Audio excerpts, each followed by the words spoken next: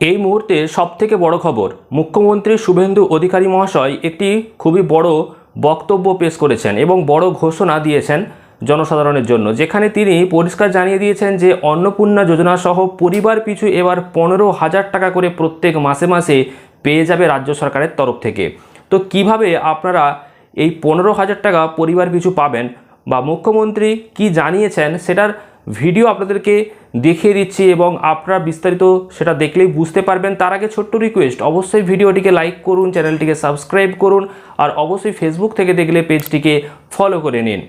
যে পরিযায়ী শ্রমিকদেরকে ফিরিয়ে আনুন, বিকশিত ভারত জি রামজির 100 দিনের কাজ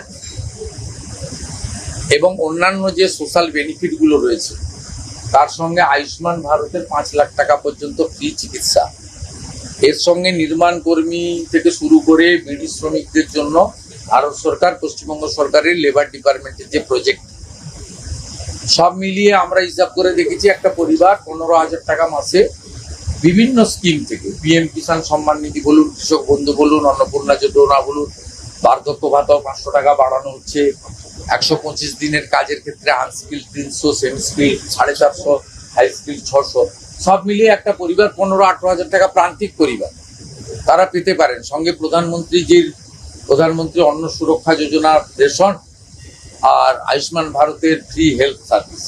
তো আশা করি বুঝতেই পেরেছেন মুখ্যমন্ত্রী শুভেন্দু অধিকারী মহাশয় যেটা জানালেন যে অন্নপূর্ণা যোজনার টাকা সহ যে সমস্ত প্রকল্পগুলো রয়েছে সেই প্রকল্পের টাকা যদি একটা পরিবার পায় তাহলে পরিবার পিছু প্রায় কিন্তু 15,000 টাকা করে তারা মাসে মাসে পেয়ে যাবে রাজ্য সরকারের তরফ থেকে।